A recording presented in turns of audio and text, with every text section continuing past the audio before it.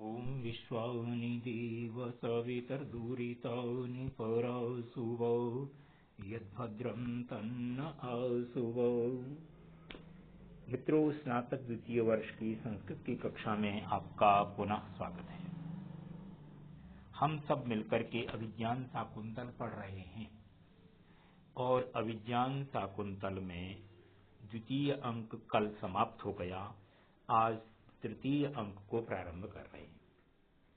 तृतीय अंक के प्रारंभ में ये कुछ पंक्तियां हैं जिनको विस्कंभक कहते हैं। ये विस्कंभक क्या है, इसको पहले अपन समझ लेते हैं।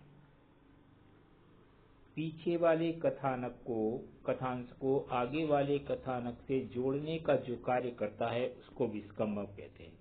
लेकिन उसमें एक परिस्थिति ये होती है कि कुछ चीजें ऐसी होती हैं जो कथानक में बताया जाना तो जरूरी होता है, लेकिन रंगमंच पर दिखाना आवश्यक नहीं होता। द्वितीय अंक जब समाप्त हो रहा था तो राजा दुष्यंत अपने धनुष बाण लेकर के राक्षसों का संहार करने के लिए निकला है। अब नाटक की अपनी मर्यादा है कि वहां पर रंगमंच पर जो है युद्ध नहीं दिखाया जाएगा, और वो निकला है वहां से। उसी बीच में जो है दूसरा अंक समाप्त हो गया। अब तीसरे अंक का प्रारंभ होना है तो राजा दुष्यंत दिखना चाहिए और आगे की सूचना की तीसरे अंक में क्या होने वाला है वो होना चाहिए, तब कथानक जुड़ेगा। तो राजा दुष्यंत आश्रम के पास दिखाई दे रहा है, आश्रम में प्रवेश करता हुआ दिखाई दे रहा है। और कहा क्या जा रहा है, अरे वाह, इसके प्रवेश मात्र से ही आश्रम की सारी बाधाएं दूर हो गई हैं। इसका मतलब है कि वो राक्षसों को वहां से हटा करके आ गया है। तो जो राक्षसों के साथ युद्ध करना, उनको भगाना, वो सारी प्रक्रिया बीच में हो गई। उसको रंगमंच पर दिखाने की आवश्यकता नहीं है। और आगे की सूचना इस बात से दे दी गई कि शकुंतला अस्वस्थ है। तो ये इन दोनों चीजों को जोड़ने का कार्य जो करता है उसको विस्कंभक कहते हैं। अब अपन इसको पढ़ते हैं। ततः प्रविशति कुशान आदाय यजमान शिष्य। उसी समय पर कुशों को लेकर के यजमान का शिष्य वहां पर उपस्थित होता है और शिष्य कहता है, अहो महानुभाव पार्थिव दुष्यंतः प्रविष्ट मात्र एव आश्रमं तत्र भवति राजनी निरुपद्रवाणी नः कर्माणि प्रवृत्तानि भवन्ति।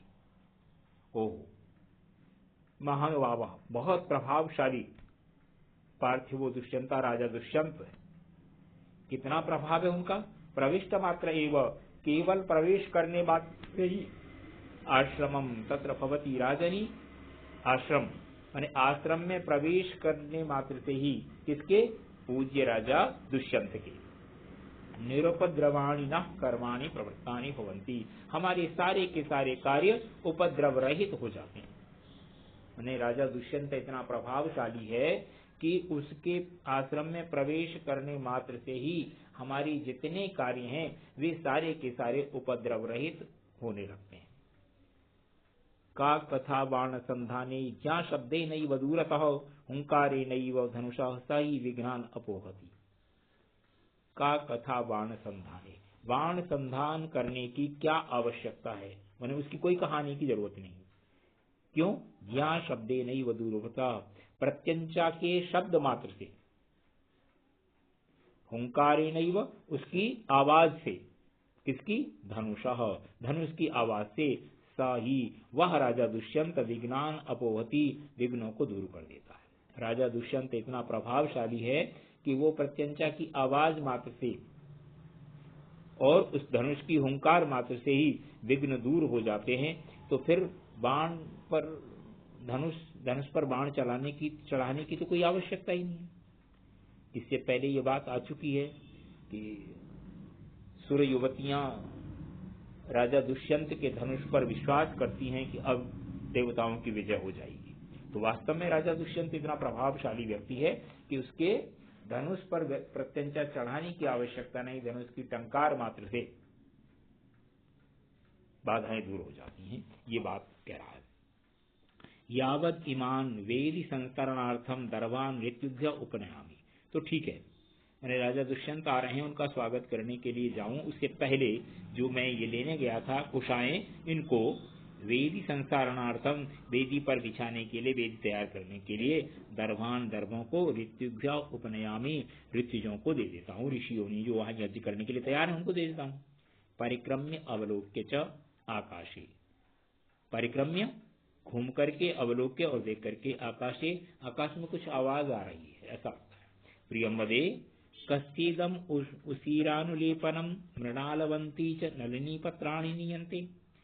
हे प्रियमदा, उशीरानुलेपनम, ये उशीरों का अनुलेपन, उशीर ये जो चीज जो है ना,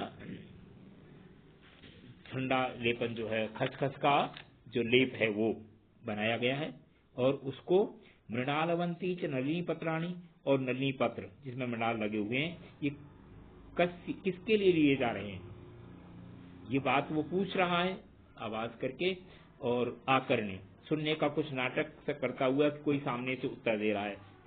किम रवीसी, क्या बोल रहे हो, क्या बोल रही हो। आतप लंगानाद बलवत अस्वस्था शकुंतला, धूप तेज होने के कारण से और लू लग जाने के कारण से शकुंतला अस्वस्थ हो गई है। तस्या शरीर निर्वापनाय इति, उसके शरीर पर लगाने के लिए थोड़ा ठंडापन आ जाए इसके लिए ले जा रही हूं। तरी त्वरितम गम्यताम, तो कहता है कि जल्दी जाओ। सखी सा खलु भगवतः कर्ण से कुलपतेर उच्छ्वसितुम, तुम जल्दी करो क्योंकि वह अपने कुलगुरु महर्षि कर्ण की प्राण की तरह है, इतनी प्रिय है, उनकी छात्रा है, उनकी बेटी है। अहम पितावद वैतानिकम शांति उदकम अस्यै गौतमी हस्ते विसर्जयिष्यामि, मैं भी तब तक वैतानिक को इन्होंने यज्ञ के पानी आदि करके और शांति के लिए पानी जो है पानी देने के लिए, ठंडापन करने के लिए गौतमी के हाथ से इसके पास शांति उदक भिजवाता हूँ। इति विष्क्रम्भक, ऐसा इसके साथ ये विष्क्रम्भक समाप्त होता है और रंगमंच पर अब राजा दिखाई देता है। तथा प्रविशति कामयमानावस्थो राजा, उसी समय पर काम की अवस्था से परेशान होता हुआ राजा दिखाई दे रहा है, क्योंकि राजा शकुंतला के दर्शन के लिए प्रयत्नशील था। उसको संयोग से संदेश मिल गया कि आश्रम में जो है विघ्न हो रहा है, उसको दूर करने के लिए आप चलो, तो उसे अनुकूल वातावरण मिला। राजा निश्वस से थोड़ी गंभीर श्वास लेकर के, जानी तपसो वीर्यम साबाला पर्वती वे विदितम अलमस्मि ततो हृदय तथापि नेदम निवर्तयितुम। जाने तपसो वीर्यम, मैं तपस्या का वीर्य, तपस्या की शक्ति को जानता हूं। साबाला पर्वती मे विदितम, और वह बाला तापस कन्या शकुंतला पर्वती पराधीन है, इति मे विदितम, ये भी मैंने जान लिया है।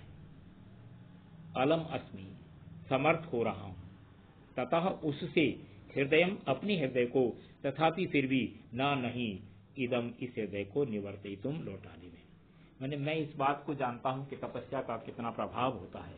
मैं इस बात को भी अच्छी तरह से जान गया हूं कि वह पराधीन है विवाह करने न करने के विषय में, लेकिन इतना सब कुछ जानने के बाद भी मैं अपने हृदय को उससे रोकने में पूरी तरह समर्थ नहीं हो पा रहा हूं। अर्थात मेरा हृदय, मेरी कामुकता, अभिलाषा उसके पास जाने की हो रही है।